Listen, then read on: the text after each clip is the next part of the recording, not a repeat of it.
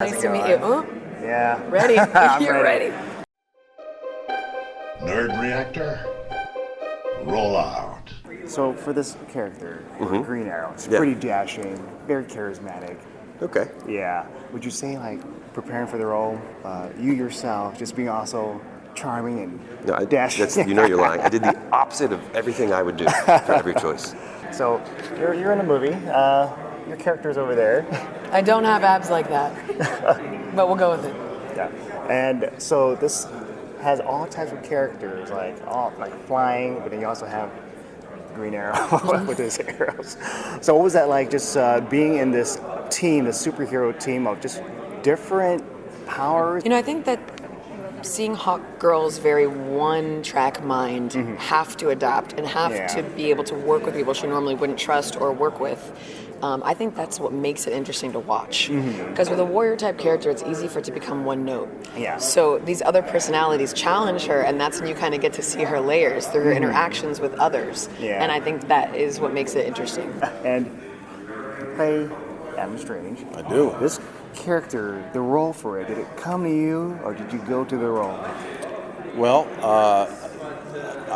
this opportunity came my way, but what's interesting about how that plays into the characters in this story is that for Jon Stewart, for Adam Strange, for Hawk Girl, for Green Arrow, this entire story comes to them, and they are forced to face it down and make tremendous sacrifice in some cases for the greater good. So very symbolic and serendipitous there. Oh yeah, so when you're reading the part, you're like, this is how I feel right now. Arrow is inherently kind of cool. Yeah. You know, he's had it all. He's given it all up.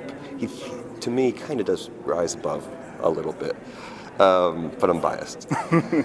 But yeah, it's so delightful to be able to get and play in the world of Ollie Queen. You know, and also the Jon Stewart of it all is just delightful, and I want to hear more about that. And they just knocked it out of the park. Arrow and Stewart are combined for a good portion of this, and you know, Arrow's dealing with it's not Hal, and who is this guy? Oh yeah. And so you get a lot of like, which is great. And Aldous is so funny, and so we get to bust each other's balls. You've done a lot of just action type stuff. This is action. You've done Call of Duty and Killzone. Yep. So first person shooter. So what makes this one different? Like when you're in the mode, like let's step it up a notch. Like how much more action can I get into this part? You know, I think it is about channeling her aggression. You know, she's very aggressive, but it has a point to it. So really embracing her physicality when I'm performing and those types of things are really important to make sure that I'm fully embodying someone who's much stronger, cooler, and more badass than I am. But, you know, you want to do it justice.